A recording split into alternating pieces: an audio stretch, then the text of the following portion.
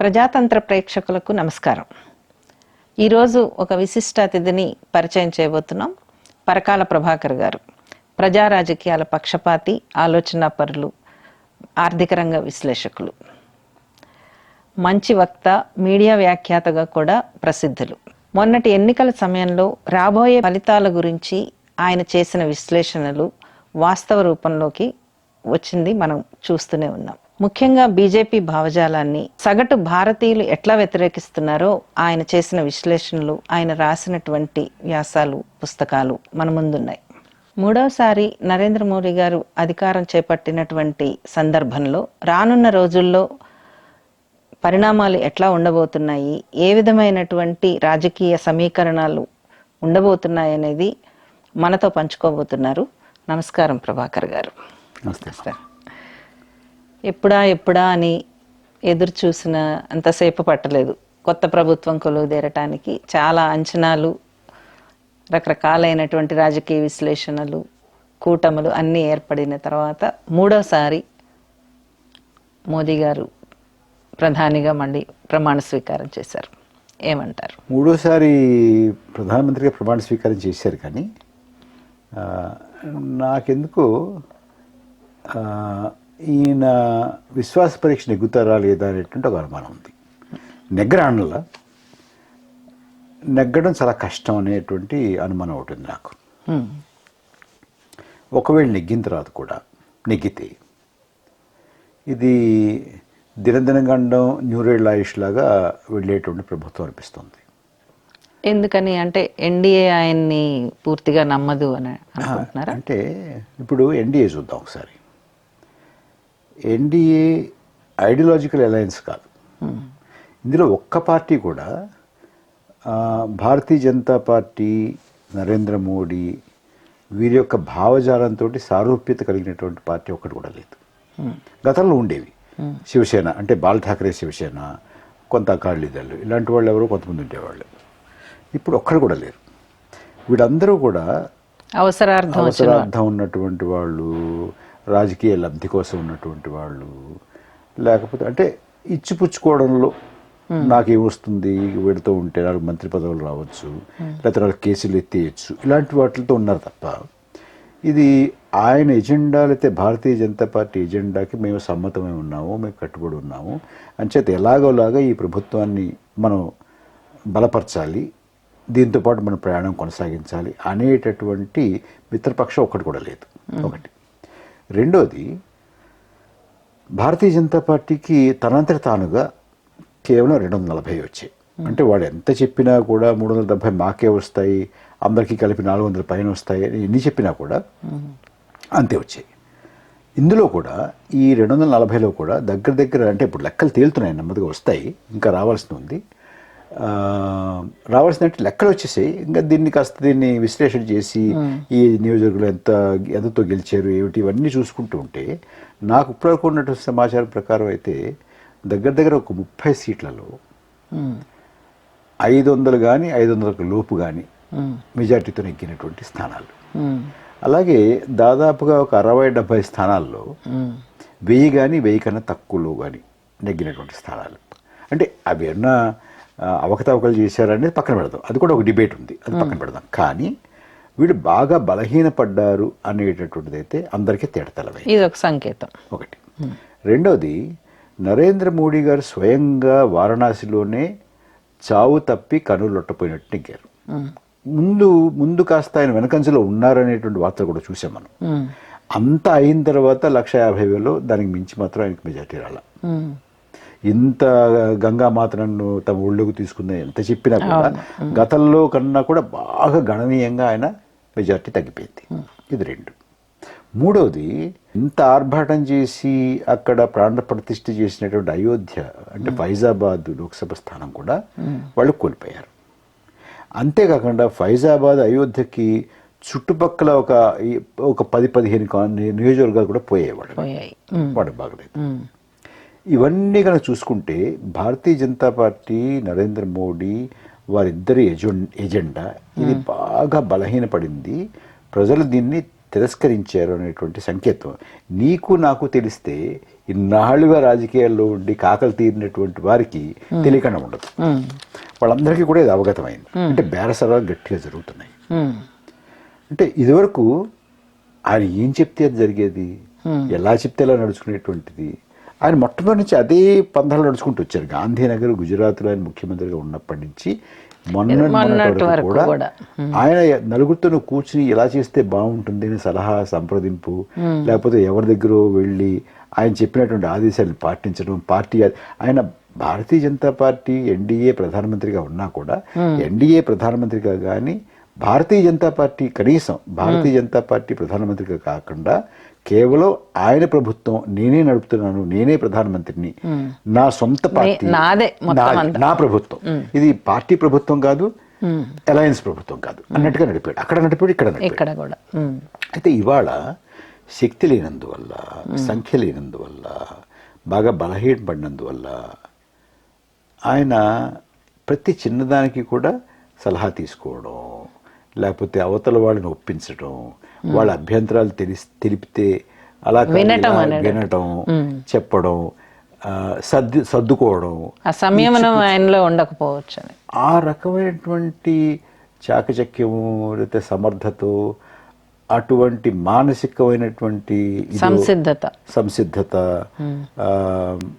అలాంటిది అలవాటు ఉన్నట్టుగా నాకు కనపట్ల. ఇప్పుడు రాత్రికి రాత్రి మారిపోయి నరేంద్ర మోడీ అటల్ బిహారీ వాజ్పేయి అయిపోతారా?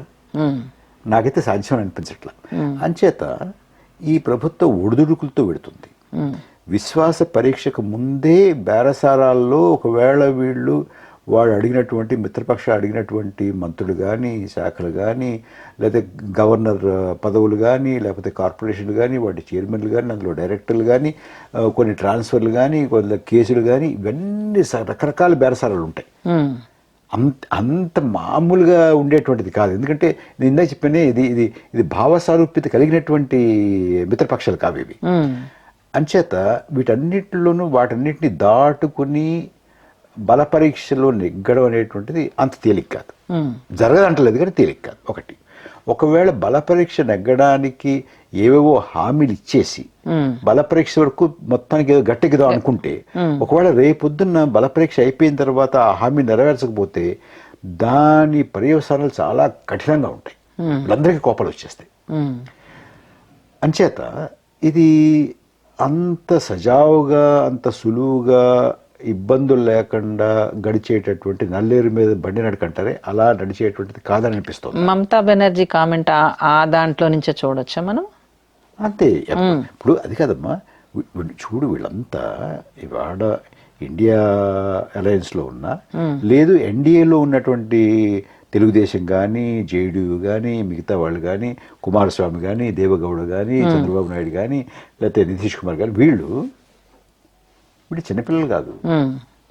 వీళ్ళు రాజకీయాల్లో మీరు చెప్పినట్టు తలపండిపోయినటువంటి వాళ్ళు, డక్కా ముక్కీలు తిన్నటువంటి వాళ్ళు, కింద పడ్డవాళ్ళు, లేచినటువంటి వాళ్ళు, కోలుకున్నటువంటి వాళ్ళు, బలహీనపడినటువంటి వాళ్ళు, మళ్ళీ బలవంతులైనటువంటి వాళ్ళు, తర్వాత ఇచ్చిపుచ్చుకోవడాలు తెలిసినటువంటి వాళ్ళు, బేరసారాలు చేయదగినటువంటి వారు, చేయడం తెలిసిన వాళ్ళు, నలుగురితో కూర్చుని మాట్లాడి వాళ్ళని ఒప్పించి లేదని వీళ్ళు సరేనని మొత్తానికి నలుగురిని కలుపుకుని వెళ్ళేటువంటి స్వభావం ఉంది, చరిత్ర ఉంది, అనుభవం ఉంది. మరి ప్రధానమంత్రి గారికి, మోడీ గారికి అటువంటి అనుభవం కానీ, అటువంటి చాకచక్యం కానీ ఉన్నట్టుగా రుజువులు లేవు. మరి నేను ఇందాక అన్నట్టుగా రాత్రి ఆయన మారిపోతే మనం ఏం చెప్పలేం కానీ అలాంటి చరిత్ర లేదు ఆయనకి. అనుకున్నట్టు ఎవరితోనో ఏమి మాట్లాడాల్సిన అవసరం లేదు. ఇవాళ నేను డిమానిటైజేషన్ చేద్దాం అనుకున్నాను, చేసేసాను. లేకపోతే లాక్డౌన్ ప్రకటిద్దాం అనుకుంటున్నాను, చేసేసాను. వాళ్ళని తీసేద్దాం అనుకుంటున్నాను, తీసేసాను. వీళ్ళని కొందాం అనుకుంటున్నాను, కొనేసాను. ఇట్లాగా చేసుకుంటూ వచ్చారు తప్ప నలుగురు కూర్చోబెట్టి ఆయన మంత్రిమండలిలోనే ఆయన పార్టీ వాళ్ళని, ఆ పెద్దల్ని, లేకపోతే ఆర్ఎస్ఎస్ పెద్దలతో కూర్చుని వాళ్ళని ఒప్పించి వాళ్ళతోటి సంప్రదింపులు జరిపి వాళ్ళ అంగీకారంతో చేసేటువంటి అలవాటు ఉన్నటువంటి వారు కాదు. ఇది ఎట్లా అవుతుంది అని చెప్తా. అదొకటి. ఇవన్నీ కనుక అడ్డం వస్తే ఒకవేళ పార్టీలో నుంచి కానీ, వారి మిత్రపక్షాల నుంచి కానీ, లేకపోతే ఆర్ఎస్ఎస్ నుంచి కానీ ఎందుకు ఇంత ఇబ్బంది పడ్డ వాళ్ళందరూ ఇబ్బంది పెట్టడం, నువ్వు తప్పుకో, ఇద్దరు తప్పుకోండి అని చెప్పి వీళ్ళని తప్పించి కాస్త ఈ రకమైనటువంటి చాకచక్యం ఉన్నటువంటి ఇంకొక నాయకుడిని తీసుకొచ్చి పెట్టుకున్నా మనం ఆశ్చర్యపోకలేదు. ఒకటి. రెండోది, ఈయనే కొన్నాళ్ళు ఏదో నాటకంగా నడిపి వాళ్ళు బతిమాలి, వీళ్ళు భయపెట్టి, వాళ్ళు నయానో భయానో ఏదో చేసుకుంటూ వచ్చి, కానీ రోజు పొద్దునే లేచిన దగ్గర నుంచి నాకు ఇవాళ ఉన్నటువంటి డిమాండ్లు ఏమిటి, ఇందులో ఏమేం చేయాలి, మధ్యాహ్నానికి ఏం చేయాలి, సాయంత్రానికి ఏం చేయాలి, పొద్దున ఏం చేయాలి అని చెప్పి పడుకునే ముందు ఒకసారి మళ్ళీ ఏ మిగిలిపోయాయి, రేపు పొద్దున ఏం చేయాలి చూసుకుని ఆ రకంగా ఎన్నాళ్ళు నడుపుతాడు ఇలా? నడపలేడు. అలా ఉన్నప్పుడు ఒక ఉపాయం ఏం ఆలోచిస్తుంటే వాళ్ళు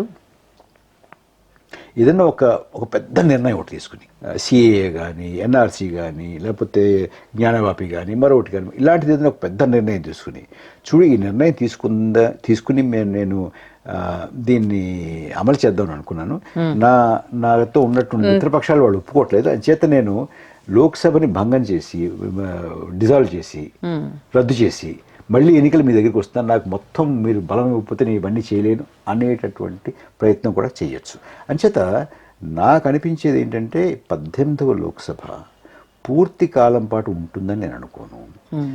మోడీ ప్రభుత్వం అతి కష్టం మీద మాత్రమే ఒకవేళ విశ్వాస పరీక్ష నెగ్గుతుందని, నెగ్గిన తర్వాత కూడా ఒడిదుడుకులతోనే ఉంటుందని, ఉన్నా కూడా అది ఎక్కువ కాలం కొనసాగకుండా లోక్సభను రద్దు చేసుకుని వెళ్ళేటువంటి అవకాశాలు నాకు ఎక్కువగా కనపడుతున్నాయి.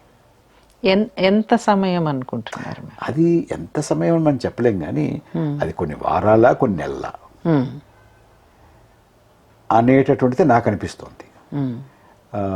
అంత తేలికైతే కాదమ్మా. ఇప్పుడు ఒకసారి మీరు చూడండి, 2014లో వాళ్ళ విజయం చాలా సునాయాసంగా వచ్చింది, 19లో కూడా సునాయాసంగా వచ్చింది. ఇప్పుడు నిక్కీ నీలి 10 ఏళ్ల తర్వాత తర్వాత ఇంత ఎజెండా పెట్టిన తర్వాత, రామజన్మభూమి రామాలయ ప్రాణప్రతిష్ఠ చేసిన తర్వాత, ఈ భారతదేశం 5వ పెద్ద ఆర్థిక వ్యవస్థ అన్న తర్వాత, అతి వేగంగా అభివృద్ధి చెందుతున్నటువంటి వ్యవస్థ అన్న తర్వాత, ఇంత చేసిన తర్వాత, ఇంత చెప్పిన తర్వాత మీడియాలో ఒక్కరు కూడా వీరికి వ్యతిరేకంగా ఒక పల్లెత్తు మాట కూడా అన్నటువంటి పరిస్థితి ఉండగా, మొత్తం వ్యవస్థలన్నీ వారి చేతిలో ఉండగా, ఎన్నికల కమిషన్ కూడా వాడి చేతిలో ఉన్నప్పుడు, వాళ్ళు ఏం చేసినా అడిగేవాడి దేశంలో లేకపోయినా కూడా ఎంత ఇబ్బంది పడి నెగ్గుకుంటూ వచ్చారు. అది కూడా పూర్తి మెజారిటీ సాధించలేకపోయింది భారతీయ జనతా పార్టీ అని అంటే మీకు ప్రజల్లో ఎంత ఆగ్రహం ఉందో అర్థమవుతుంది.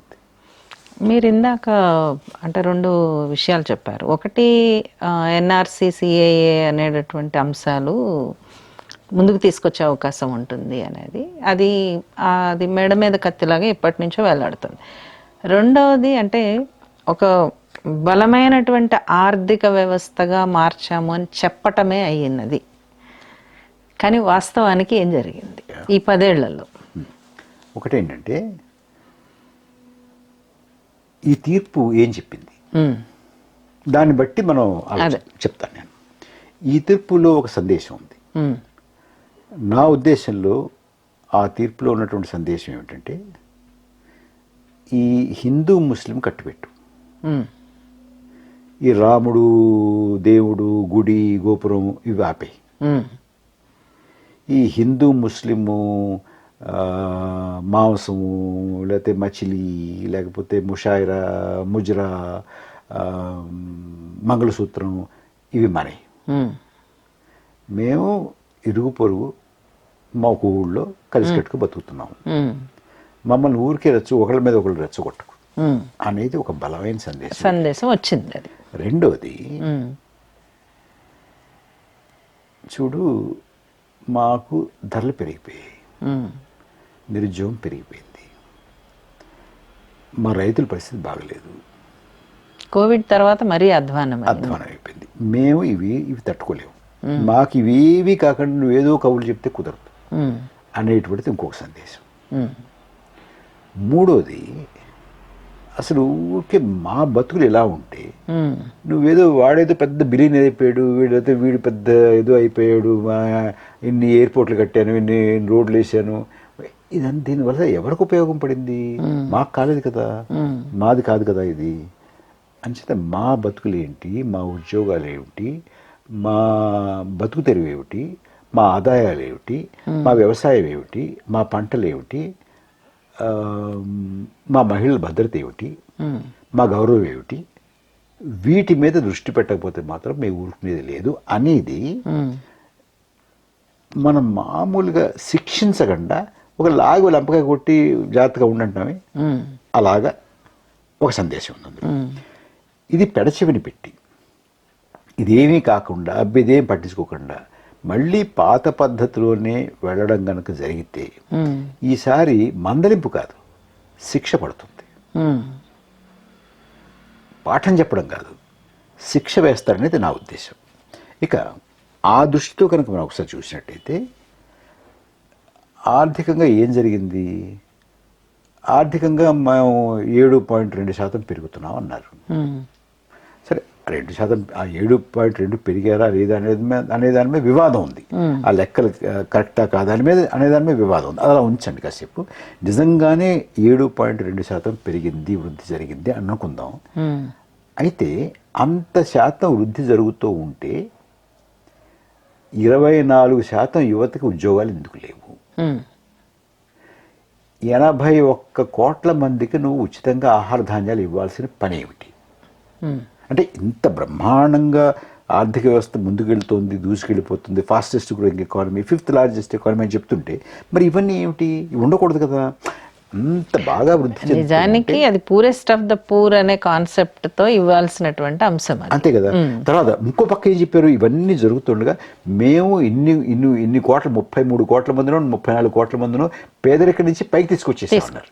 అంటే 33 కోట్ల మంది పేదరికంలో లేరు అని అంటే మరి 81 కోట్ల మందికి ఉచితంగా ఆహార ధాన్యాలు ఇవ్వాల్సినటువంటి పనే ఉంది. అంచేత మీరు చెప్పేదానికి ఉన్నటువంటి క్షేత్రస్థాయిలో ఉన్నటువంటి వాస్తవానికి పొంతం లేదు అనేటువంటిది స్పష్టమైంది. అది కూడా అంటే మనం అనుకుంటాం అంటే ప్రజలకి ఇవన్నీ అర్థమవుతాయా, ఎలక్ట్రల్ బాండ్ అర్థమవుతుందా, లేకపోతే కాన్స్టిట్యూషన్ అర్థమవుతుందా, రాజ్యాంగ విలువలు అర్థమవుతాయా, సెక్యులరిజం అర్థమవుతుందా అనుకుంటాం. కానీ అంటే మనలాగా ఆలోచించకపోయినా, మనలాగా చెప్పకపోయినా ప్రజలకు అర్థమవుతాయి. వాళ్ళ జీవితాల్లో ప్రతి అంశం ఉంటుంది, వారి స్థాయిని బట్టి వాళ్ళకి అర్థమవుతుంది కదా. అంచేత అలా అర్థమయ్యి వాళ్ళ జీవితాల్లో అన్నీ ఉంటాయి కదా. అన్నీ ఉంటాయి కదా, వాళ్ళ జీవితాల్లో ఉంటాయి, వాళ్ళ ఇరుగు పొరుగులో ఉంటాయి, వాళ్ళు బయటికి వెళ్తే ఉంటుంది. ఇప్పుడు వాళ్ళ కొట్టల్లో మీరు ఏం కొనద్దంటున్నారు, వాళ్ళని బాయ్కాట్ చేయమంటున్నారు. వాళ్ళు అసలు మీకు ఉద్యోగాలు లేవంటే వాళ్ళు కారణం అంటున్నారు. అవతల వాళ్ళు నెగ్గితే మొత్తం ఇవన్నీ తీసుకెళ్ళిపోయి వాళ్ళకి ఇచ్చేస్తారు. ఇలా చెప్తే నమ్మేంత దద్దమ్మలు కాదు కదా భారత ప్రజానీకం. అయితే నాకు ఇక్కడ ఒక చిన్న నాకున్నటువంటి ఒక అసంతృప్తి ఏమిటంటే ఈ జరిగినటువంటి యుద్ధం, పోరాటం, సంఘర్షణ భారత ప్రజానీకానికి మోడీకి జరిగింది, భారత ప్రజానీకానికి బీజేపీకి జరిగింది, భారత ప్రజానీకానికి ఎన్డీఏకి జరిగింది. ఇది ఒక నాయకుడికి, మోడీకి, ఒక పార్టీకి, బీజేపీకి, ఒక సంఘటనకి, ఒక అలయన్స్కి ఇంకొక అలయన్స్కి జరగలేదు. అలా కూడా జరిగి ఉంటే దీనికి మరింత ఊతం వచ్చి వీళ్ళకి 240 కాదుగా 150 కూడా వచ్చేవి కాదు. అంత ఇవ్వలేకపోయారంటారా? నాకైతే ఇండియా కూటమి కానీ ఇండియా కూటమి ఎంత పోరాటం చేయాల్సిన అవసరం ఉందో, ఎంత ప్రజల్ని చైతన్యం చేయాల్సిన అవసరం ఉందో, ఎంత సంసిద్ధత ఉండాలో అంత సంసిద్ధత, అంత పోరాటం నాకైతే కనపడలా.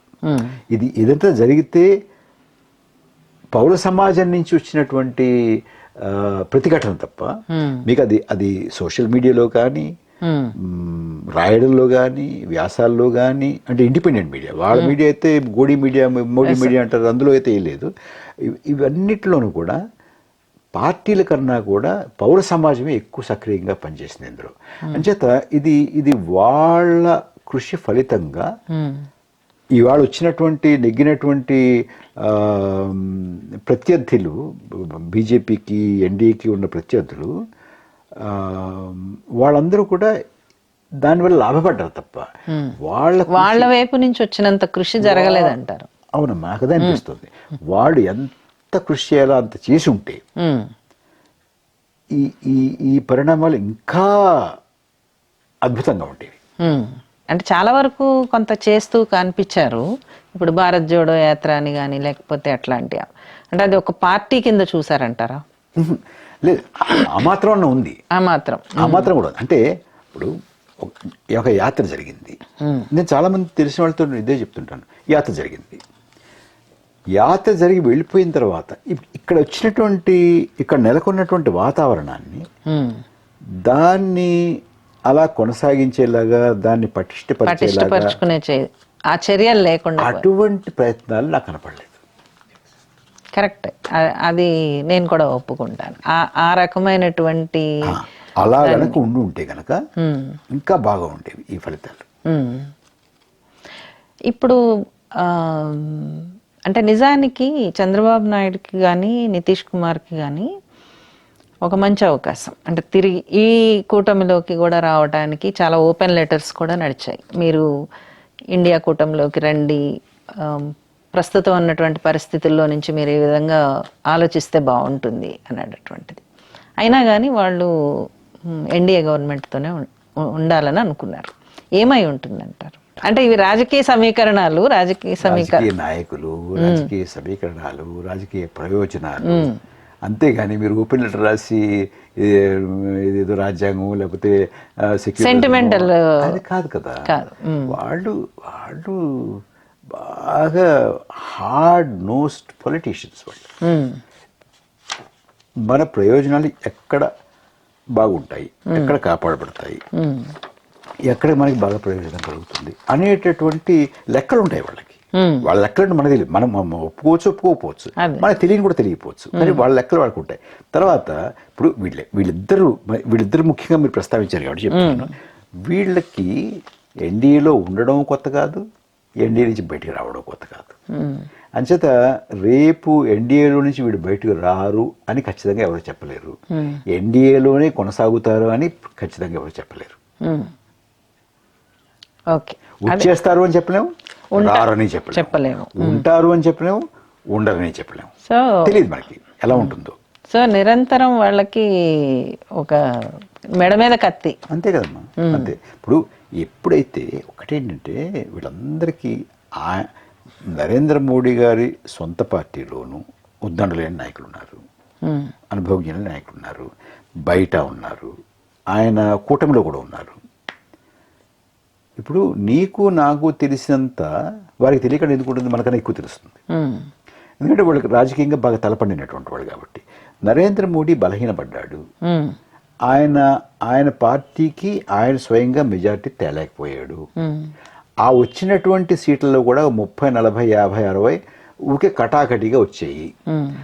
ఆయనకే ఆయన సొంత నియోజకవర్గంలో వ్యతిరేకత వచ్చింది, ఇదివరకు అంత ప్రభ లేదు అనేది వాళ్ళకి తెలీదా? ఇప్పుడు బలహీనంగా ఉన్నటువంటి నాయకుడితోటి ఎలా డీల్ చేస్తారు, బలవంతంగా బలిష్టంగా ఉన్నటువంటి నాయకుడితో ఎలా డీల్ చేస్తారు అనేది బాగా తెలిసిపోతుంది. ఎక్కడో పట్టుపడుతున్నారు, మాకు ఇది కావాలి, మాకు అది కావాలి, మీకు ఇది కావాలి, మాకు అన్ని కావాలి. ఇప్పుడు వారితోటి కలిసి పోటీ చేసినటువంటి ఎన్సిపి మరొక ఫ్యాక్షన్ ఉంది కదా, అజిత్ పవార్ వాళ్ళు, ప్రఫుల్ పటేల్ వాళ్ళు మంత్రులుగా మేము చేయమన్నారు, రాలేదుగా. అంటే మేము ఇదివరకు క్యాబినెట్ మంత్రులు చేసాము, ఇప్పుడు మీరేమో మినిస్టర్ ఆఫ్ స్టేట్ ఇస్తున్నారు, మాకు అవసరం లేదన్నారు. సో ఇలాంటి ధిక్కార స్వరాలు లేదంటే నిరసన గళాలు ఎప్పుడు వస్తాయి? బలహీనంగా ఉంటాయి. అదే ఆయనంతటా ఆయనకి 290, 303, అప్పుడు లాస్ట్ టైం 303 వచ్చాయి, ఇప్పుడు 303 పైగానో లేదా 303 వచ్చాయి అనుకోండి, కిక్కురు మనకుండా వీళ్ళు ప్రమాణ స్వీకారం చేసేవాళ్ళు. ఇక్కడే తెలిసిపోతుంది కదా. అసలు అప్పుడు అవకాశమే ఉండేది కాదు కదా. అయినా కూడా అంటే అప్పుడు లాస్ట్ టైం 303 వచ్చినా కూడా మిగతా వాళ్ళు కూడా కలుపుకున్నారు. అయినా కూడా ఇప్పుడు బలం లేదు అంటే ప్రవర్తన ఒకలాగా ఉంటుంది, బలం ఉంది అంటే ప్రవర్తన ఒకలాగా ఉంటుంది. ఇప్పుడు బలం లేని వాడితోటి ఊరికే నిన్నటి వరకు అబ్బో నాది 52 అంగుళాల ఛాతీ అని మరొకటి ఏమైనా చెప్పుండొచ్చు, బట్ ఇవాళ కాదు నువ్వు అనేది అర్థమైంది. అంటే కూరలు తీసేసినట్టు అయింది, భయపడలేదు ఎవరు. ఇది ఎన్నాళ్ళు ఇలా సాగుతుంది? అయితే ఇందులో మళ్ళీ కొంతమంది ఏమంటారంటే అధికారం మొత్తానికి ఎలా అయితే కూర్చుని ఆ అధికారాన్ని పట్టుకుని ఈ పార్టీలని చీల్చడం, కొండము, ఇండియాలోంచి కొండము, ఈ పార్టీలను చీల్చడం, ఇవన్నీ చేస్తారు వాళ్ళు. చేసి వాళ్ళంతా వాళ్ళు ఒక మెజార్టీ తెచ్చుకుంటారు అనేటువంటి ఒక మాట కూడా వినపడుతుంది. అయితే నాకు అందులో చిన్న అనుమానం ఏంటంటే, ఇప్పుడు మీరు బలంగా ఉన్నప్పుడు ఎన్ని చేసినా కూడా చెల్లుతాయి. ఇప్పుడు అంటారే వయసులో ఉన్నప్పుడు ఏం తిన్నా అరుగుతుందని, అదే అలాగా బలహీనపడిన తర్వాత ఇలాంటి ప్రయత్నం ఏదో జరుగుతోందనంటే వీళ్ళంతా కూడా ఊరుకోరుగా, వాళ్ళు ఖచ్చితంగా దాన్ని ప్రతిఘటిస్తారు కదా. ఇప్పుడు ఇవాళ ఉన్నటువంటి మిత్రపక్షాల్లో ఇలాంటి అనుభవం ఎదురు కానటువంటి వాళ్ళు భారతీయ జనతా పార్టీతో ఎవరు లేరు. మనం తెలుగుదేశమే తీసుకుందాం. తెలుగుదేశం పార్టీకి రాజ్యసభ సభ్యులుగా ఉన్నటువంటి కొంతమందిని వాళ్ళు తీసేసుకున్నారు గతంలో. అలాంటప్పుడు ఈసారి అలా చెయ్యరు అని జాగ్రత్త పడకుండా ఉంటారుగా, అలా చేస్తారు అని జాగ్రత్తగా ఉంటారుగా. అంచేత ప్రతి వాళ్ళు జాగ్రత్త పడతారు. అంటే వీళ్ళ చరిత్ర తెలుసు, వీళ్ళు ఏం చేశారో తెలుసు, ఎట్లాంటి చేసుకుంటూ వచ్చారు అన్ని రాష్ట్రాల్లో అనేది తెలుసు కదా. అంటే ప్రభుత్వాలని పడగొట్టారు, కొన్నారు, వాళ్ళ ప్రభుత్వాలను ఏర్పాటు చేసుకున్నారు. గోవాలో చేశారు, కర్ణాటకలో చేశారు, మధ్యప్రదేశ్లో చేశారు, ఈశాన్య రాష్ట్రాల్లో అనేక రాష్ట్రాల్లో చేశారు, మహారాష్ట్రలో చేశారు, రాజస్థాన్లో చెయ్యిపోయి కుదరలేదు, ఇంకా ఎక్కడైనా చేయొచ్చు, ఎలానా చేయొచ్చు. అంచేత వీళ్ళందరూ కూడా జాగ్రత్తగా ఉంటారు. అంటే వాళ్ళు ప్రయత్నాలు చేయరు అని నేను చెప్పను, వాళ్ళు ప్రయత్నాలు చేస్తారు, వీళ్ళు జాగ్రత్తగా ఉండడం జరుగుతుంది. అయితే వాళ్ళు చేసినటువంటి ప్రయత్నం సఫలీకృతం అవుతుందా లేదా మనం చెప్పలేము. సఫలీకృతం కావాలని వాళ్ళు కోరుకుంటారు, అన్ని రకాలుగా ప్రయత్నాలు ఉంటాయి. అది కాకుండా మేము అడ్డుకోవాలి అనేటువంటి హెచ్చరికగా వీళ్ళు కూడా ఉంటారు. అంచేత అందుకే నేను అంటున్నాను, ఇది అంత సజావుగా నల్లేరు మీద బండి నడకలాగా వెళ్ళేటువంటి ప్రభుత్వం కాబోదు. ఇది చాలా ఒడిదుడుకులతోటి వెళ్ళేటటువంటి ప్రభుత్వం నడక అనేట్టు నాకు అనిపిస్తుంది. అంటే ఇప్పుడు ఒడిదుడుకులతో ఉంటే వచ్చే పరిణామాలు ఏంటనేది ఆలోచించాల్సి ఉంటుంది ప్రజారంగంలో ఉన్నటువంటి వాళ్ళంగా. ఒడిదుడుకులన్నీ చక్కదిద్దుకుని అందరూ చట్టాపట్టాలు వేసుకుని వెళితే గనక జరగబోయే పరిణామాలు ఎట్లా ఉంటాయి అంటే, అదే గనక వాళ్ళకి పూర్తి మెజారిటీ ఉండి ఎవరి మీద ఆధారపడకుండా వాళ్ళు కనుక ప్రభుత్వం పెట్టి అయినా కూడా మిత్రపక్షాలతో కలిపి పోటీ చేసాం కదా అని చెప్పి వాళ్ళు కూడా ప్రభుత్వంలో తీసుకుంటే ఒక రకంగా ఉంటుంది, ఒక రకంగా ఉండేది. కానీ ఇప్పుడు ఏ ముఖ్యమైన నిర్ణయం తీసుకోవాలన్నా అది వీళ్ళతో మాట్లాడకుండా తీసుకోవడం కుదరదు. అలాంటప్పుడు ఇప్పుడు ఈ హిందూ ముస్లిం విషయాల్లో బాగా దూకుడుగా వెళ్ళారనుకోండి, అది నితీష్ కుమార్కి చంద్రబాబు నాయుడుకి, ఎందుకంటే వాళ్ళు ముస్లిం రిజర్వేషన్ కి కమిట్ అయి ఉన్నారు వాళ్ళ రాష్ట్రాల్లో, కాస్ట్ సెన్సస్ కమిటీ ఉన్నారు నితీష్ కుమార్, ఈయన ముస్లిం రిజర్వేషన్ అని అంటున్నారు. అలాగే సిఏఏ కానీ ఇంకోటి కానీ జ్ఞానవాపి కానీ ఇటువంటివి ఏమన్నా వస్తే వీళ్ళ మద్దతు లేకుండా చేసేటువంటి పరిస్థితి లేదు. లేనప్పుడు మొత్తానికి దీనికి ఏదో కట్టడి ఉంటుంది అనేటువంటి నా ఉద్దేశం. కట్టడి వీళ్ళు భారత రిపబ్లిక్, ఇది లౌకికవాదం ఉండాలి, ఇట్లా వైవిధ్యభరితమైనటువంటిదంతా ఉండాలి అనేటటువంటి విలువలకి కట్టుబడి ఉండి కాదు. అంటే వాళ్ళ ఉనికి కోసం అన్నా చేయాలి కదా. ఇవన్నీ పొలిటికల్ కంపల్షన్స్. అంచేత అంత దూకుడుగా మోడీ కాకపోయినా ఎన్డీఏ కానీ బీజేపీ నాయకత్వంలో ఉన్న ఎన్డీఏ కానీ ఈయనున్నా లేకపోయినా ఇంకెవరైనా ఉన్నా కూడా ఈయనున్నా కూడా అంత దూకుడుగా వెళ్ళేటటువంటి అవకాశం ఉంటుందని నేను అనుకోను. కట్టడి పడుతుంది, అడ్డుపడుతుంది. ఇంకోటి, ఇప్పుడు ఈ ఎన్నికల ఫలితాల్లో నిక్షిప్తమై ఉన్నటువంటి నిబిడీకృతమైనటువంటి సందేశం ఏమిటి అనేది మిగతా నాయకులు కూడా నీకు ఎంత తెలుసు, నాకంత తెలుసు, మన దగ్గర ఎక్కువ తెలియదు కదా వాళ్ళకి. ఇది హిందూ ముస్లిం గొడవలు ఒప్పుకోలేదు ప్రజలు, ఉత్తరప్రదేశ్లోనే ఒప్పుకోలేదంటే చూసుకో అనేది. ఇప్పుడు అక్కడ నితీష్ కుమార్ కానీ ఇక్కడ తెలుగుదేశం చంద్రబాబు నాయుడు కానీ భారతీయ జనతా పార్టీతో జత కట్టినా కూడా నెగ్గారు, కానీ జత కట్టినందువల్ల నెగల. జత కట్టినందువల్ల ఎంతో అంతో వ్యతిరేకత వచ్చినా కూడా స్థానికంగా ఉన్నటువంటి వాళ్ళ ఎజెండాలు స్థానికంగా ఉన్నటువంటి పరిస్థితుల వల్ల ఇక్కడ జగన్మోహన్ రెడ్డిని ఏమైనా సరే ఓడించాలనుకుని ఈయన భారతీయ జనతా పార్టీతో జత కట్టినా కూడా నెగ్గగలిగాడు. కానీ అదే మామూలుగా ఉండుంటే భారతీయ జనతా పార్టీతో జత కట్టినందువల్ల ఎంతో అంత నష్టమే జరిగేదిగా. సో అది ఆ మాత్రం ఆయనకు తెలియదా? తెలుస్తుంది. అంచేత ఇది ఈ ఎన్నికల్లో ఉన్నటువంటి సందేశాన్ని ఆకళింపు ఇవాళ కాకపోతే రేపు కాకపోతే ఎల్లుండి చేసుకుంటారు. బేరాలు కుదరాలి. బేరాలకి మోడీ ఆయన చుట్టూ ఉన్నటువంటి వాళ్ళు ఒప్పుకోవాలి. ఆయన నైజం మారాలి. ఆయన రాత్రి అటల్ బిహారీ వాజ్పేయి లాగా మారితే ఎలాగా పరిస్థితి అంటే మారితే నేను చెప్పలేను, కానీ మారతాన్ని మాత్రం నేను అనుకోవట్లే. మారతారని చెప్పి అని కాదు, కానీ ఇప్పుడు ఆంధ్రప్రదేశ్ దాంట్లోకి వస్తే గనక చాలా స్పష్టమైనటువంటి డిమాండ్స్ వాళ్ళకు ఉన్నాయి. అవి కూటమిలో సఫలీకృతం చేసుకోవడానికి గట్టి ప్రయత్నం చేస్తారని చెప్తున్నారు మీరు బేరసారాల్లో. అవ్వలేదనుకోండి, కానీ బలవంతాన ఉండే పరిస్థితి ఏమన్నా ఉంటుందా? అంటే కేసులని కానీ అట్లాంటివి కష్టం అవుతుందమ్మా. ఎందుకంటే కేసులు అవి ఉండడం అనేది భారతీయ జనతా పార్టీకి మోడీ గారికి స్వయంగా బలం ఉంటే భయపడచ్చు. అది లేదు ఇప్పుడు. అప్పుడు చూడండి, నితీష్ కుమార్ చంద్రబాబు నాయుడు లేకపోతే ఏమైపోతుంది ప్రభుత్వం? అసలు ఫామ్ అవ్వదు కదా. తర్వాత రాజకీయంగా ఇవాళ వచ్చినటువంటి ఫలితాలను బట్టి ఇటు చంద్రబాబు నాయుడు గారు కానీ అటు నితీష్ కుమార్ గారు కానీ మేము మోడీ వల్ల నెగ్గేమో అనుకోవట్లేదా? నిజం కూడా కాదు కాదు.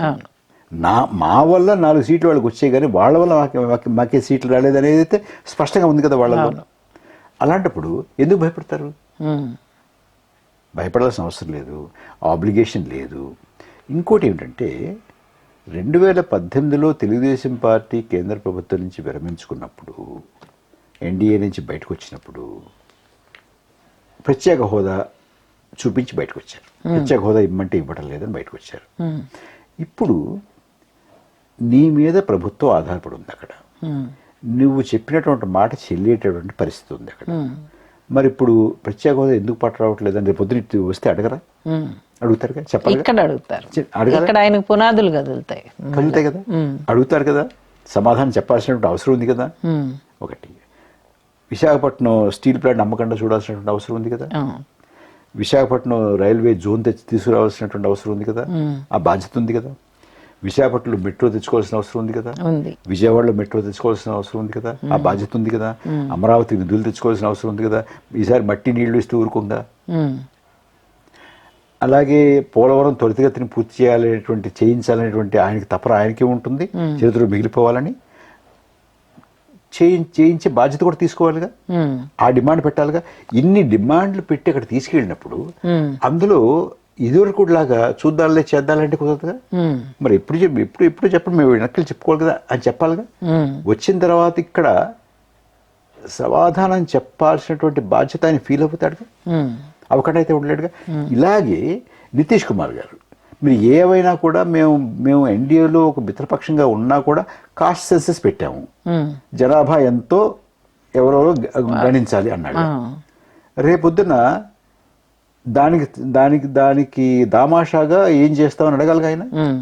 తర్వాత వాళ్ళు కూడా స్పెషల్ స్టేటస్ ఎప్పటి నుంచి అడుగుతున్నారుగా. బీహార్ వాళ్ళు కూడా స్పెషల్ ప్యాకేజ్ అడుగుతున్నారుగా. వాళ్ళకి అనేక రకాలైనటువంటి ఇతర ఆర్థిక పరమైన డిమాండ్లు ఉన్నాయిగా. అవన్నీ వారికి మళ్ళీ చాలా తొందరలో ఎన్నికలు వస్తున్నాయి కదా, అసెంబ్లీ ఎలక్షన్స్ వస్తున్నాయి. ఆ ఎన్నికలు వచ్చే ముందు కొన్ని మేము కేంద్ర ప్రభుత్వం దగ్గర నుంచి సాధించి తీసుకొచ్చాము అనేటువంటి మాట చెప్పుకునేటువంటి పరిస్థితులు వాళ్ళు ఉండాలిగా. ఇవి ఉండాలంటే వెంటనే నాకు ఇది చేయని చెప్పాలిగా. అడిగినప్పుడు వాళ్ళు చేయాలిగా. చేస్తే చూడు మేము సమర్థన ఇచ్చినందువల్ల, మేము మద్దతు ఇచ్చినందువల్ల అక్కడ ప్రభుత్వం ఉంది, ఇదిగో నేను ఇది పట్టుకొచ్చాను బీహార్కి అని చెప్పుకోవాలిగా. మరి ఇన్ని కంపల్షన్స్ని కాదు అని చెప్పి కేవలం అబ్బో మోడీగా చాలా గొప్పవాడని చెప్పి ఆయన ఆరాధిస్తూ కూర్చోలేరు వీళ్ళు. నా ఉద్దేశం అది. ఎన్డీఏ కూటమి ముందున్నటువంటి సవాళ్ళ గురించి మాట్లాడుతున్నాం. అదే సమయంలో ప్రతిపక్షాల ముందు కూడా చాలా తీవ్రమైన సవాళ్ళు ఉంటాయి. ఇండియా కూటమిగా ఉండేటటువంటి ప్రతిపక్షంలో సవాళ్ళు ఏమున్నాయి, వాళ్ళు చేయాల్సినటువంటి పనులు ఏముండొచ్చు అంటారు, ఎలా చేయాల్సి ఉంటుంది? అంటే మొట్టమొదటి ఏంటంటే వాళ్ళతో ఉన్నటువంటి వాళ్ళు జారిపోకుండా చూసుకోవడం, వాళ్ళ పార్టీలు చీలిపోకుండా, కొంతమందిని భారతీయ జనతా పార్టీ కొనేయకుండా, లేకపోతే వాళ్ళకి అలవాటైన పని అది, వాళ్ళని ప్రలోభ పెట్టి తీసేసుకోకుండా చూసుకోవడం ఒకటి. అంటే వాళ్ళు ఇవాళ ఎంతమంది ఉన్నారో అంతమంది ఉండేలాగా, ఇంకా ఒకరిద్దరినో ముగ్గురునో కలుపుకునేలాగా ఉండడం ఒకటి. వచ్చే ఎన్నికలు ఎప్పుడు వస్తాయో, మనకి ఈలోగా కొన్ని రాష్ట్రాల ఎన్నికలు కూడా ఉన్నాయి. నేను ఇందా చెప్పినట్టుగా ఈ లోక్సభ పెద్ద అంటే ఎక్కువ కాలం ఉండేట్టుగా నాకు కనపట్ల. అంచేత ఎప్పుడో వస్తాయిలే ఎన్నికలని కాకుండా ఎప్పుడు వచ్చినా కూడా మనం మొన్న ఎన్నికల్లో ఏం జరిగింది అనే దాని మీద ఒక అవగాహన, అందులోంచి మనం ఏం పాఠాలు నేర్చుకోవచ్చు అనే దాని మీద ఒక అవగాహన పెంచుకుని వచ్చే ఎన్నికలు ఎప్పుడు వచ్చినా కూడా మనం పూర్తి విజయం వైపు వెళ్ళడానికి ఈ రకమైనటువంటి ఎజెండాని దానికి అడ్డుకట్ట వేయడానికి ఏం చేయాలనేది ఆలోచించడం ఒకటి. ఇది ముఖ్యమైనటువంటివి. కానీ అంతకు మించి దేశం ముందు, సమాజం ముందు ఒక చాలా పెద్ద అంశం అయితే ఉంది. నా ఉద్దేశంలో గత 10 సంవత్సరాలుగా, ముఖ్యంగా గత 5 సంవత్సరాలుగా, 5-6 సంవత్సరాలుగా చాలా పెద్ద ఎత్తున సమాజం మీద విషప్రయోగం జరిగింది. అంటే ప్రజల మనసుల్లో విషాన్ని చొప్పించారు. మనకి చాలా సంవత్సరాల నుంచి, దశాబ్దాల నుంచి, బహుశా శతాబ్దాల నుంచి ఒక ప్రశ్న ఈ సమాజం ముందుంది. ఈ దేశం ఎవరిది? ఈ దేశం ఎవరికి చెందుతుంది?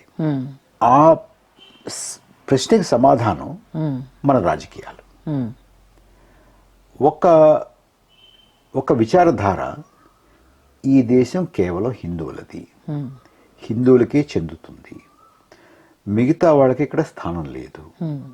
ఒకవేళ వాళ్ళు ఇక్కడ ఉండదలుచుకుంటే అణిగి మణిగి ఉంటే ఉండవచ్చు, రెండవ తరగతి పౌరులుగా హిందువులు ఏం చెప్తే అది వినేలాగా, వారి ముందు చేతులు కట్టు నిలబడేలాగా, వాళ్ళకి లోబడి ఉండేలాగా ఉంటే ఉండొచ్చు, లేకపోతే కాదు. అది కూడా ఎన్నాళ్ళు ఉండొచ్చు మనం చెప్పలేం. కానీ ఒకటి మాత్రం స్పష్టం, ఇది హిందువులదే ఈ దేశం అని చాలా బలంగా చేసుకుంటూ వచ్చా. అది ఒక విచారధార ఎప్పటి నుంచో ఉంది. ఇవాళ కొత్త 18వ సంవత్సరంలో, 18వ శతాబ్దంలో ఉంది, 19వ శతాబ్దంలో ఉంది, 20లో ఉంది. కొంతమంది ఉన్నారు దానికి. మరొకటి, ఇది అందరిది, ఇది ఒక భిన్నత్వం కలిగినటువంటి దేశం, ఇది అందరిది, అందరికీ ఈ దేశం మీద సమానమైనటువంటి హక్కు ఉంది, ఇది ఈ దేశం అందరికీ సమానంగా చెందుతుంది. మీ పుట్టుక వల్ల వచ్చినటువంటి ఒక మతమో, కులమో, ప్రాంతమో, భాషో, మరొకటో అవి ఈ దేశం మీద మీకున్నటువంటి హక్కుని నిర్వచించలేవు అనేటువంటిది ఒకటి. ఈ రెండు కల్పనల మధ్య జరిగినటువంటి ఘర్షణ ఈ 10 సంవత్సరాల్లో బాగా ఇంకా ఎక్కువ పదునుగా జరిగింది. ఇవాళ దానికి అడ్డుకట్టపడింది. కానీ ఈ విషయం తొలగిపోలేదు. ఈ విషయం తొలగాలనంటే మాత్రం అది వెళ్ళిపోయింది లోపలికి, నరాల్లోకి పంపించారు. అంటే కొంతమంది తెలిసి మాట్లాడతారు, కొంతమంది తెలియక, అంటే వాళ్ళు ఆ రకమైన భావజాలంలోకి వెళ్ళేము అనే స్పృహ లేకుండా కూడా మాట్లాడతారు. ఉదాహరణ చెప్తానమ్మా నీకు. కొంతమంది నాతోటి బాగా చదువుకున్న వాళ్ళు, మనకి బాగా మిత్రులుగా ఉండేటువంటి వాళ్ళే మతతత్వం ఉండకూడదు అనుకున్నటువంటి వాళ్ళే, అంటున్నటువంటి వాళ్ళే, అందరూ సమానమే అంటున్నటువంటి వాళ్ళే అప్పుడప్పుడు ఒక చిన్న ప్రశ్న తీసుకొస్తారు. ఏమండి పరకాల గారు, ఈ క్రైస్తవులకి చాలా దేశాలు ఉన్నాయి, ముస్లింలకు దేశాలు ఉన్నాయి, హిందువులకు దేశం ఉంటే తప్పేమిటండి అంటారు. ఉమ్, అంటే ఎక్కడెక్కడి నుంచో ఏదో రకంగా ఆ భావజాలం అయితే లోపలికి వెళ్ళింది. వీళ్ళది. ఇది అలా ఉంది, కొన్నాళ్ళు పోతే ప్రకోపిస్తుంది. ఉమ్, ఇప్పుడు ఇది ఒక వైరస్ అనుకుందాం. ఉమ్, ఇలాంటి భావజాలం ఇప్పుడు కూడా వైరస్తోనే సమానం. ఉమ్, ఈ వైరస్ దీనికి ఉన్నటువంటి బలం ఏంటంటే ఇది అలా అడిగిమడి ఉండగలదు. ఉమ్. వైరస్ లక్షణం అదే. ఇది వేచి చూడగలదు. ఉమ్. ఎంతకాలమైనా వేచి. అది సంవత్సరమా, 2 ఏళ్ళ, 5 ఏళ్ళ, 10 ఏళ్ళ, 15 ఏళ్ళ, 100 ఏళ్ళ ఉమ్, అయినా అంతవరకు ఉండగలదు. ఉండి మీకు రోగ నిరోధక శక్తి సమాజంలో క్షీణించినప్పుడు, తగ్గినప్పుడు ఒక్కసారిగా ప్రకోపిస్తుంది. ఉమ్, అంటే మనం ఒక ఉదాహరణ తీసుకోవాలంటే 1925లో ప్రారంభమైనటువంటి ఒక ప్రయత్నం ఇప్పటికీ ఈ దశకి చేరుకుంది. ఉమ్, అంచేత ఈ విషయాన్ని బయటికి తీయడానికి, ఈ విషయానికి విరుగుడు ఉమ్, ప్రజల మనసుల్లో నాటడానికి దీనికి సమయం పడుతుంది. కనీసం నా ఉద్దేశంలో కనీసం 15 నుంచి 20 ఏళ్ళు పడుతుంది అది పూర్తిగా పడాలి. అంటే అయినా కూడా కొంతమంది ఈ దేశం హిందువులది అనేవాళ్ళు ఉంటారు. ఉమ్. ఇదివరకు ఎప్పుడు ఉన్నారు, ఇప్పుడు ఉన్నారు, ఎప్పటికీ ఉంటారు. వాళ్ళు సున్నా అయిపోరు, ఉంటారు, ఉంటూనే ఉంటారు. కానీ వాళ్ళకన్నా కూడా చాలా ఎక్కువ మంది లేదు ఈ దేశం అందరిది అనేటటువంటి భావంలోకి ఉంటారు. దాన్ని మళ్ళీ పునరుద్ధరించాలి, దాన్ని మరింత పటిష్టం చేయాలి. నా ఉద్దేశంలో సజయ ఈ ప్రయత్నం, ఈ విషయాన్ని విరిచేటటువంటి ప్రయత్నం రాజకీయ పార్టీల వల్ల కాదు. ఎందుకంటే రాజకీయ పార్టీలు 4 ఓట్ల కోసం, 4 సీట్ల కోసం, 2 మంత్రి పదవుల కోసం భావోద్వేగాలను రెచ్చగొట్టడం, లేకపోతే భావోద్వేగాలు రెచ్చగొట్టి 10 సీట్లు సంపాదించే వాళ్ళతోటి కలిపి ఉంటే మనకు కూడా 4 సీట్లు వస్తాయనేటువంటి దాంతో ఎక్కడో ఒక రాజీ పడిపోవడం. ఇప్పుడు జరుగుతుంది అంతా అదే కదా. లేకపోతే వారితోటి ఉండాల్సిన అవసరం ఉంది వీళ్ళందరికీ.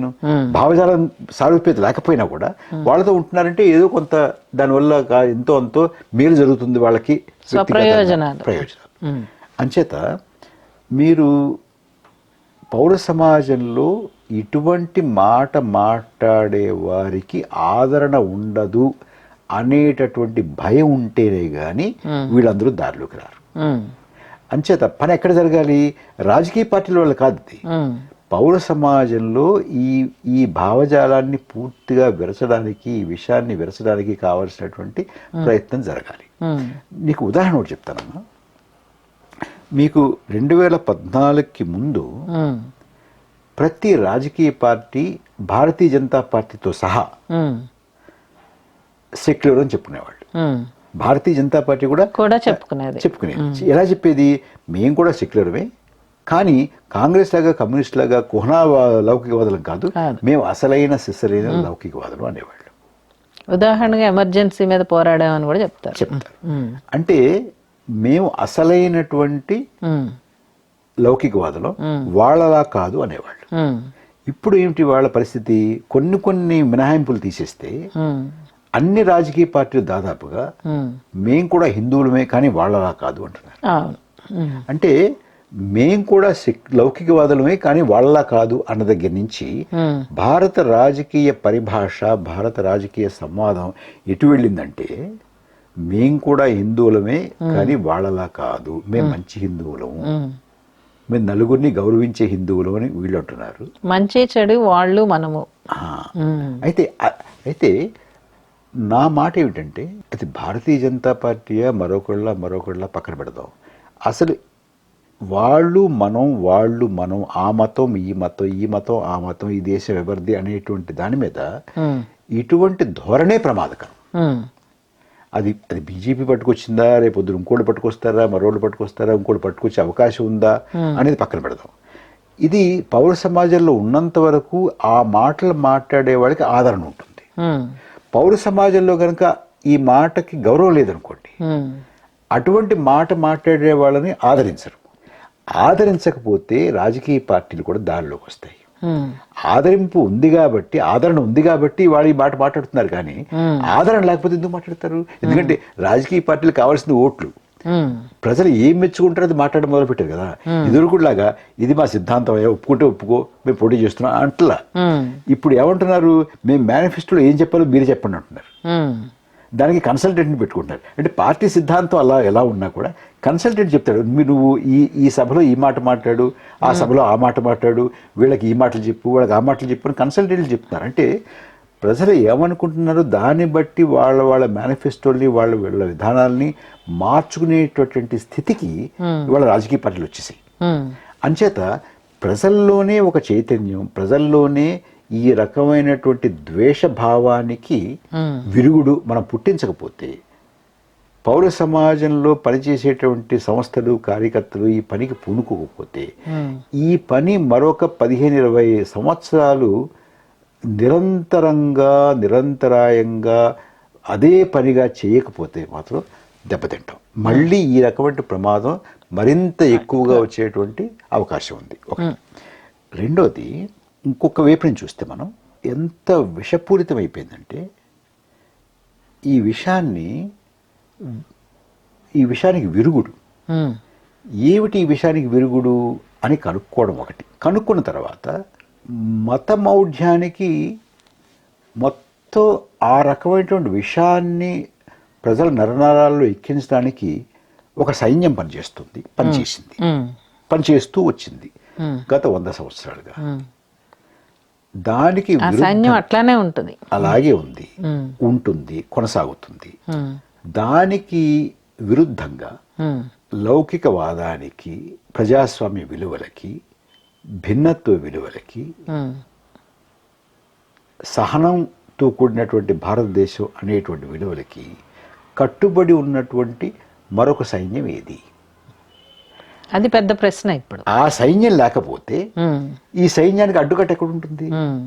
అంచేత మనం ఊరికే ఇలా ఉంటే బాగుంటుంది అని చెప్పి మన ఇంట్లో మనం కూర్చుని మన పుస్తకాలు మనం చదువుకుంటూ, మన రాతలు మనం రాసుకుంటూ, మన పాటలు మనం వింటూ, మన సంగీతం మనం వింటూ, మనం చిన్న పెట్టుకున్న మీటింగ్లు మనం వెళుతూ ఉంటే సరిపోదు. ఈ భావజాలాన్ని బాగా ప్రచారం చేసి ప్రజల్లో నాటుకునేలా చేసేటటువంటి ఒక సైన్యం తయారు కాకపోతే మాత్రం అవతల సైన్యాన్ని అడ్డుకునేటటువంటి పరిస్థితి ఉండదు. అంచేత పార్టీలు పెద్దగా నాకు నమ్మకం లేదు, కానీ పౌర సమాజంలో పనిచేస్తున్నటువంటి సంస్థలు, వ్యక్తులు దీన్ని ఒక ప్రధానమైనటువంటి అంశంగా తీసుకుని పనిచేయకపోతే మన దేశం చాలా ప్రమాదంలోకి వెళ్తుంది. సో దానికోసం పనిచేసేటటువంటి సమూహం తయారవ్వాలి ఖచ్చితంగా. ఇప్పుడు మనం దక్షిణ భారతదేశానికి వస్తే, అంటే ఒకప్పుడు చాలా దక్షిణ భారతదేశంలో ఈ మతతత్వానికి స్థానం లేదు అనేటటువంటి మాట బాగా వినిపించేది. ఇప్పుడు అది అనటానికి లేదు, ఆ ప్రత్యేకత లేదు. ముఖ్యంగా తెలుగు రాష్ట్రాలకి అస్సలు లేదు. తెలంగాణ కావచ్చు, ఆంధ్రప్రదేశ్ కావచ్చు. ఎట్లా ఈ దారితీసిన పరిణామాలు ఈ 10 ఏళ్ల కాలం కావచ్చు, అంతకుముందు నుంచి ఉండొచ్చు, కానీ ఇది చేజేతులా చేసుకున్నటువంటి పరిస్థితి కదా. సజయ, కొంచెం జాగ్రత్తగా ఆలోచించాలి మనం. ఇప్పుడు తెలంగాణ తీసుకుందాం. తెలంగాణ కానీ, ఆంధ్రప్రదేశ్ కానీ, కర్ణాటక కానీ, ఇప్పుడు కేరళలో కూడా వాళ్ళు ఒక స్థానాన్ని సంపాదించారు. ఇది కనుక తీసుకుని, ఇది దక్షిణ భారతదేశం కూడా బాగా మతతత్వం వైపు విడిపోయేటువంటి ఛాయలు కనపడుతున్నాయి అని గబుక్కుని మనం ఒక తీర్మానానికి రావడం కరెక్ట్ కాదు అనుకుంటాను నేను. నేను ఇంకా అంత నిరాశజనకంగా నాకు కనపడాల. ఇప్పుడు ఒక్కొక్క దానికి వద్దాం. మళ్ళీ తెలంగాణలో కాంగ్రెస్, బీజేపీ, బీఆర్ఎస్ ఇది త్రిముఖ పోటీ అయి ఉంటే, ఈ త్రిముఖ పోటీలో బీఆర్ఎస్ కనుక కొంత పుంజుకుని ఉండుంటే భారతీయ జనతా పార్టీకి ఇన్ని సీట్లు వచ్చేవి కాదు. ఎప్పుడైతే బీఆర్ఎస్ బాగా క్షీణించిందో, బీఆర్ఎస్కి గతంలో వేసినటువంటి వాళ్ళు, బీఆర్ఎస్ ఓటర్లు చూస్తూ కాంగ్రెస్ వెళ్ళారు. ఎందుకంటే మొన్నే వాళ్ళు వీళ్ళు ఓడించారు కాబట్టి. అంచేత ఆ ఓటు ఎక్కువగా బీజేపీ వైపు కొంత మొగ్గేటువంటి అవకాశం కనపడ అలా అనుకున్నాను నేను.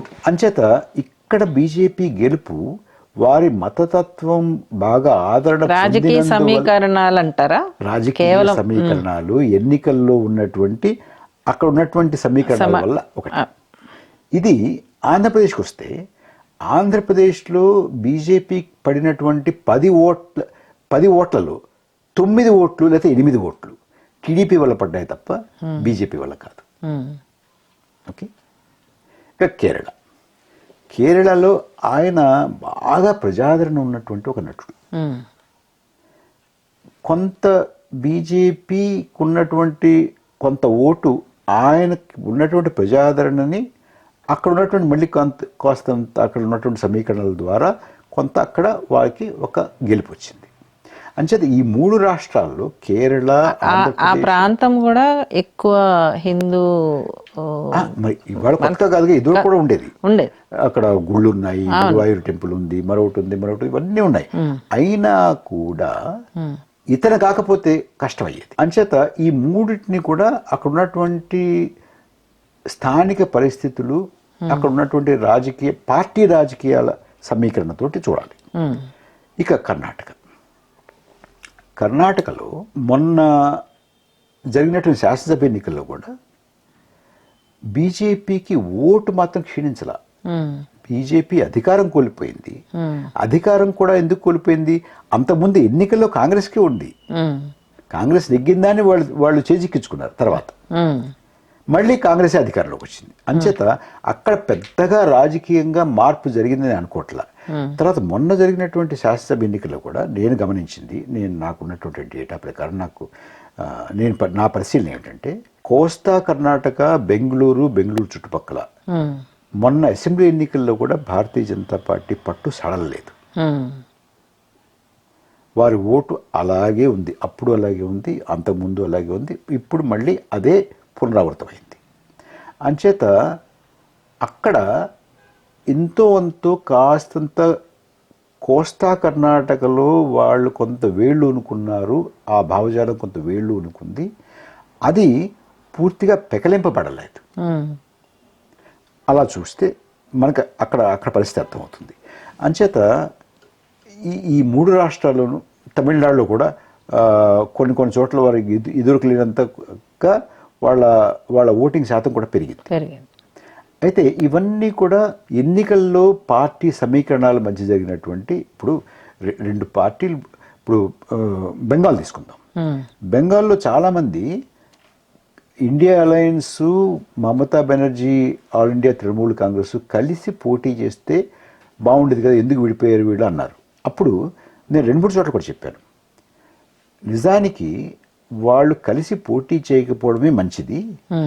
అది ఇండియా అలయన్స్, కాంగ్రెస్, సిపిఎం కి లాభపడుతుంది, తృణమూల్ కాంగ్రెస్కి కూడా ఎంతో ప్రయోజనం చేకూరుతుంది.